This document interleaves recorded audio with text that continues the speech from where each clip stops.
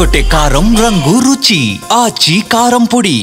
కోనసీమకు తెలంగాణ వాళ్ళ దిష్టి తగిలిందంటూ AP deputy CM Pawan Kalyan చేసిన వ్యాఖ్యలు పెను దుమారం రేపుతున్నాయి. ఈ వ్యాఖ్యలకు తెలంగాణ మంత్రులు స్ట్రాంగ్ కౌంటర్ ఇచ్చారు.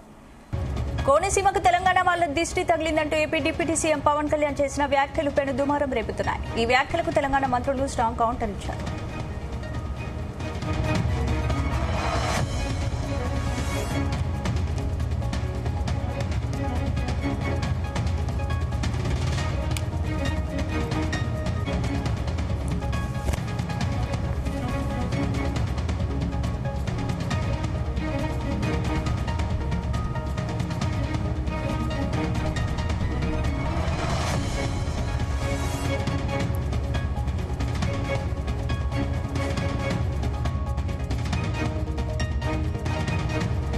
ఇందుకు సంబంధించి పూర్తి అప్డేట్స్ మా చీఫ్ న్యూస్ కోఆర్డినేటర్ రాధాకృష్ణ అందిస్తారు. రాధాకృష్ణ.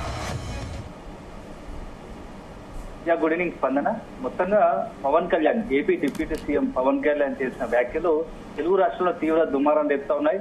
సో ఇటీవల కాలంలో వారం రోజుల క్రితం ఏపీ డిప్యూటీ సీఎం గా ఉన్నటువంటి పవన్ కళ్యాణ్ కోనసీమ జిల్లాలో పర్యటించారు. ఆ పర్యటన సందర్భంగా అతను చేసిన వ్యాఖ్యలు ఇప్పుడు మొత్తం కూడా తెలంగాణలో ఒక ప్రకంపనలు రేపుతున్నాయని చెప్పొచ్చు. చాలా రోజుల తర్వాత అంటే మరొకసారి ఒక ప్రాంతీయకు సంబంధించినటువంటి ఏదైతే వ్యాఖ్యలు ఉన్నాయో ఇప్పుడు మొత్తం కూడా తెలంగాణ నేతలంతా కూడా పార్టీలకు అతీతంగా బీఆర్ఎస్ కావచ్చు, అదేవిధంగా ఇటు కాంగ్రెస్ కావచ్చు వరుసపెట్టి పవన్ కళ్యాణ్ పైన విరుచుకుపడుతూ ఉన్నారు. సో వారం రోజుల క్రితం కోనసీమ జిల్లాలోని రాజోలికి వెళ్లిన సందర్భంలో అక్కడ కొన్ని కొబ్బరి చెట్లు ధ్వంసమయ్యాయి. సో దాన్ని చూసి ఉద్దేశించి ఏపీ సంబంధించి కోనసీమ పచ్చటి ఈ కొబ్బరి చెట్లకు తెలంగాణ దిష్టి తగులుంటుందేమో అని చెప్పేసి ఆ వ్యాఖ్యలు చేశారు. సో ఒక్కసారిగా ఆ వ్యాఖ్యలతో తెలుగు సంబంధించి మొత్తంగా కూడా తెలంగాణ రాష్ట్రాల్లో తీవ్ర దుమారం రేపుతా ఉన్నాయి. మొదటగా మాజీ మంత్రిగా ఉన్నటువంటి బీఆర్ఎస్ కీలక నేత జగదీష్ రెడ్డి పవన్ కళ్యాణ్ వ్యాఖ్యను తప్పుపడుతూ తీవ్రంగా విమర్శలు చేశారు. సో ఒక వైపు అట్లా ఉండగానే వారం రోజుల తర్వాత ఇప్పుడు ఒక్కసారిగా కాంగ్రెస్ నిన్న నుంచిగా ఒక్కొక్కరుగా AP deputy CM Pawan Kalyan పై విరుచుకుపడతా ఉన్నారు. సో పవన్ కళ్యాణ్ వ్యాఖ్యలు వెంటనే వెనక్కి తీసుకోవాలి, తెలంగాణ ప్రజలకు క్షమాపణ చెప్పాలని చెప్పేసి కూడా ఇటు కాంగ్రెస్ నేతలు డిమాండ్ చేస్తూ వస్తున్నారు. ముఖ్యంగా నిన్నటి వరకు ఎమ్మెల్సీగా ఉన్నట్టు బల్మూరు వెంకట్ లాంటి యువ నాయకులు మాత్రమే పవన్ కళ్యాణ్ పై స్పందించారు. కానీ ఇప్పుడు తాజాగా మొన్న ఏదైతే ఎమ్మెల్యే అనిరుద్ రెడ్డి అదేవిధంగా బల్మూరు వెంకట్ లాంటి యువ నాయకులు మాత్రమే స్పందించారు కాంగ్రెస్ నుంచి. తాజాగా మంత్రులు కూడా రంగంలో దిగారు. పిసిసి అధ్యక్షుడు మహేష్ కుమార్ గౌడ్ కూడా పవన్ కళ్యాణ్ వ్యాఖ్యలను తీవ్రంగా తప్పుపడుతూ విమర్శించారు. సో వెంటనే పవన్ కళ్యాణ్ తెలంగాణ ప్రజలకు క్షమాపణ చెప్పాల్సిందని చెప్తున్నారు. అదే సందర్భంలో తెలంగాణలో సినిమాలు నడవనీయం, పవన్ కళ్యాణ్ సినిమాలు నడవనీయం సినిమాటోగ్రఫీ మంత్రిగా ఉన్నటువంటి కోమటిరెడ్డి వెంకటరెడ్డి కూడా తీవ్రంగా కామెంట్ చేశారు. సో మొత్తంగా ఈ నేపథ్యంలో అసలు పవన్ కళ్యాణ్ చేసిన వ్యాఖ్యలు ఏ ఉద్దేశంతో ఎందుకు చేయాల్సి వచ్చినాయి అని చెప్పేసి కూడా కొంత చర్చ జరుగుతూ ఉంది.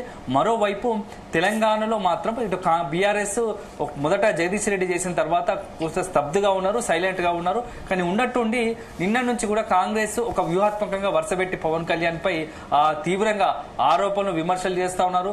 అసలు మొత్తంగా కూడా పవన్ కళ్యాణ్ ఆస్తులు ఇక్కడ పెట్టుకుని సినిమాలతో ఆస్తులు అన్ని హైదరాబాద్ లో కూడా పెట్టి అక్కడ ఏపీ డిప్యూటీగా ఉండి తెలంగాణపై ఇలాంటి కించపరిచే వ్యాఖ్యలు చేయడం ఏంటి అని చెప్పేసి కూడా ఇటు తెలంగాణ నేత తప్పుపడుతూ ఉన్నారు.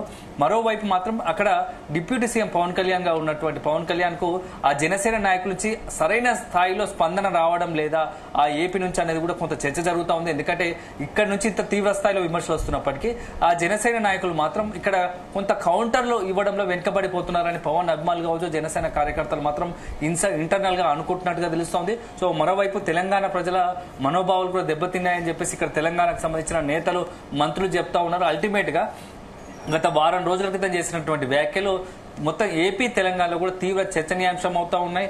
సో గతంలో కూడా పవన్ కళ్యాణ్ తెలంగాణ ఆంధ్ర విభజన సమయంలో కూడా తెలంగాణ రాష్ట్ర ఏర్పాటైన తర్వాత కూడా నేను వారం రోజుల పాటు తిండి లేక దీక్ష చేపట్టాను, తిండి కూడా మానేశానని చెప్పేసి కూడా చెప్పిన ప్రకటన ఉంది. అప్పట్లో కూడా పవన్ కళ్యాణ్ పై తీవ్ర దుమారం జరిగింది. ఇప్పుడు తాజాగా చాలా రోజుల తర్వాత అంటే మొన్నటి వరకు జనసేన నాయకుడిగా ఒక పార్టీకి నాయకుడిగా అధినేతగా ఉంటున్నటువంటి పవన్ కళ్యాణ్ విషయంలో కొంత చర్చ జరిగిన పరిస్థితి అంత మునుకుండే. కానీ ఇప్పుడు ఏకంగా ప్రభుత్వంలో కీలక నేతగా, అందులోనూ మన ఏపీలో అధికారంలో కూటమి ప్రభుత్వం అధికారంలో రావడానికి అన్ని తానే చేసి చాలా అత్యంత కీలక పాత్ర పోషించినటువంటి పవన్ కళ్యాణ్ తెలంగాణ ప్రజలు తెలంగాణ సమాజాన్ని గాయపరిచి కించపరిచేలా మాట్లాడడం సరైనది కాదు కదా అని చెప్పేసి ఒక చర్చ జరుగుతూ ఉంది. సో మరి పవన్ ఉద్దేశం ఏ రకంగా ఎందుకు అన్నాడో తెలియదు, కానీ మొత్తంగా ఆ వ్యాఖ్యలు మాత్రం ఇటు తెలంగాణ నేతలు తీవ్రంగా తప్పుపడతా ఉన్నారు. సో మరొక వైపు మాత్రం జనసేన నాయకులు కావచ్చు, జనసేన కార్యకర్తలు మాత్రం పవన్ అక్కడ ఉన్నటువంటి పరిస్థితుల అనుగుణంగా మాట్లాడారు. సో దానిలో పవన్ ఎక్కడ తెలంగాణ ప్రజలను కావచ్చు, తెలంగాణ నేతలను ఎవరిని కూడా కించపరచాలనే ఒక ఉద్దేశంతో అలా వ్యాఖ్యలు చేయలేదు అని చెప్పేసి జనసేన కార్యకర్తలు చెప్తున్న పరిస్థితి కనబడుతుంది, పవన్ అభిమానులు చెప్తున్న పరిస్థితి కనబడుతోంది.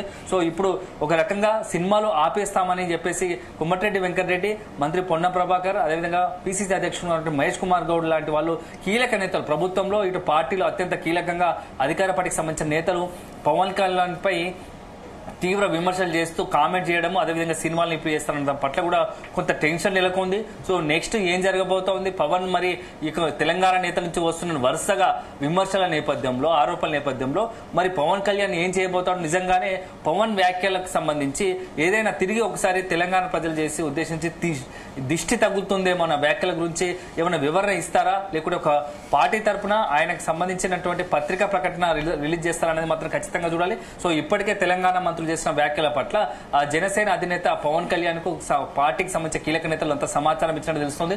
ఎవరు ఆవేశపడి తొందరపడి నిర్ణయాలు కానీ కామెంట్స్ కానీ చేయకూడదు. సో బాధ్యత గల హోదాలో ఇప్పుడు మనం ఉన్నాం కాబట్టి అనవసరంగా లేనిపోని రెండు తెలుగు రాష్ట్రాల మధ్య సోదరులాగా అన్నదమ్ముల్లాగా కలిసి ఉన్నారు. ఇలాంటి పరిస్థితుల్లో మన వల్ల జనసేన పార్టీ వల్ల ఎవరికి కూడా ఇబ్బందులు రాకూడదు.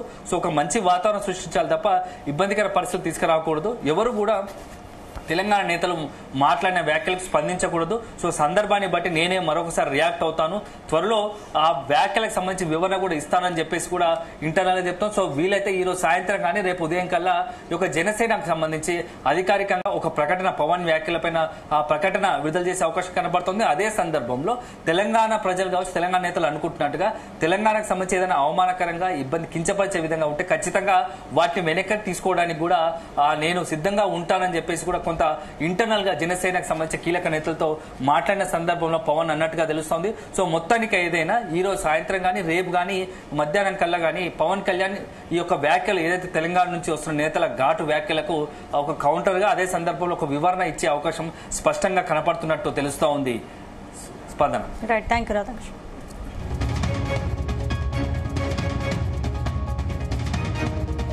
రాష్ట్రం విడిపోవడానికి కూడా కారణం గోదావరి జిల్లాలో పచ్చదనమే. ఆ శాపం తగిలేసినట్టుంది. ఈరోజు గోదావరి జిల్లాలో మొత్తం కొబ్బరి చెట్లతోటి, తెలంగాణ నాయకులంతా అంటారు కొబ్బరి చెట్లతో చాలా ఆనందంగా ఉంటుంది, మీరు ఏమంటుందని పచ్చదనంతో చాలా బాగుంటుందండి. ఈరోజు కొబ్బరి చెట్లు ముండలు కూడా లేవు, అంత దిష్టి తగిలింది కోనసీమకి. దీనికి తగిలినంత దృష్టి నరుడు దృష్టి నల్లరాయన పగిలిపోతుంటారు. అలాంటిది కోనసీమ పచ్చదనం ఎంతమంది కళ్ళలో పడి వాళ్ళందరూ దృష్టి తగిలి ఈరోజు ముండేలతో కొబ్బరి చెట్లు ఉన్నాయంటే దీనికి ఇంకా మనం కరెక్ట్ చేసుకోవాల్సిన అవసరం ఉంది, దీన్ని సరిదిద్దుకోవాల్సిన అవసరం ఉంది. తెలంగాణ, ఆంధ్రప్రదేశ్ రెండు రాష్ట్రాలు కూడా ఒక అన్నదమ్ముల భావంతో ఉండేటువంటి రాష్ట్రాలు. తెలంగాణ తుఫాన్లో మునుగుతుంటే కూడా మేము ప్రకృతి అనుకుంటున్నాం తప్ప ఆంధ్ర ప్రజల తప్పు పడతలేదు. ఎక్కడో కోనసీమలో కొబ్బరి చెట్టు ఎండిపోతే ఆంధ్రలో ప్రాతినిధ్యం వహిస్తున్న ఉప ముఖ్యమంత్రి తెలంగాణ వల్ల దృష్టి కలిగిందంటే ఆయన వివేకవంతుడో అవివేకవంతుడో నాకు తెలియదు. నేను ఆ మిత్రపక్షంకు బాధ్యత వహిస్తున్న తెలంగాణ భారతీయ జనతా పార్టీ నాయకత్వం ఆయన పట్ల స్పందించాలని కోరుతా ఉన్నా. అదేవిధంగా ఆంధ్రప్రదేశ్ ముఖ్యమంత్రి గారు కూడా స్పందించాలి. స్వయంగా భారతీయ జనతా పార్టీ పొత్తున్నది కాబట్టి ఇందులో ఇటువంటి కక్షపూరిత రెండు రాష్ట్రాల మధ్యలో వైషమ్యాలు కలిగేటువంటి మాటలు మాట్లాడడం అనేది దురదృష్టకరం. నేను ఇంతకుముందు చెప్పినట్టుగా ఆంధ్రాలో తుఫాన్ వస్తే తెలంగాణ మొన్న హుస్నాబాద్ కూడా మునిగింది. మేమేం ఆంధ్రప్రదేశ్లను తప్పుపడతలేదు, ప్రకృతి వైపరీత్యం కింద భావిస్తా ఉన్నాం. అక్కడెక్కడో చెట్లు ఎండిపోతే మమ్మల్ని దృష్టి కలిగిందని నిందిస్తే ఇది తెలంగాణ పౌరులకు అవమానం. వెంటనే ఉపసంహరించుకోవాలి, క్షమాపణ కోరాలి. భవిష్యత్తులో ఇటువంటి వివక్షపూరిత మాటలు మాట్లాడద్దు, విజ్ఞతగా వ్యవహరించు. ఉప ముఖ్యమంత్రి అయినా ఇంకా సినిమా నటుడు కాదు, కొంత బాధ్యతగా మాట్లాడు నేర్చుకోవాలని చెప్పి నేను ఈ సందర్భంగా కోరుతా ఉన్నా. ఇవాళ తెలంగాణ, ఆంధ్ర కలిసి దేశంలో ఉన్నతంగా ఎదగడానికి ప్రయత్నం జరగాలి తప్ప ఇటువంటి వైషమ్యాలను దృష్టించేటువంటి మాటలు మా నుంచి రావు, మీరు మాట్లాడద్దు. రాష్ట్ర విభజన ఉద్యమం జరిగినప్పుడు కానీ రాష్ట్ర రాజకీయాల్లో ఆయన లేడు కాబట్టి, రాజకీయాలు ఎక్కువ తెలియదు కాబట్టి బహుశా రాజకీయాలు తెలియక మాట్లాడి ఉండొచ్చు. కోనసీమ గురించి తెలంగాణ ఉద్యమం జరగలేదు, తెలంగాణ రాలేదు. హైదరాబాద్లో వచ్చిన ఇన్కమ్ కానీ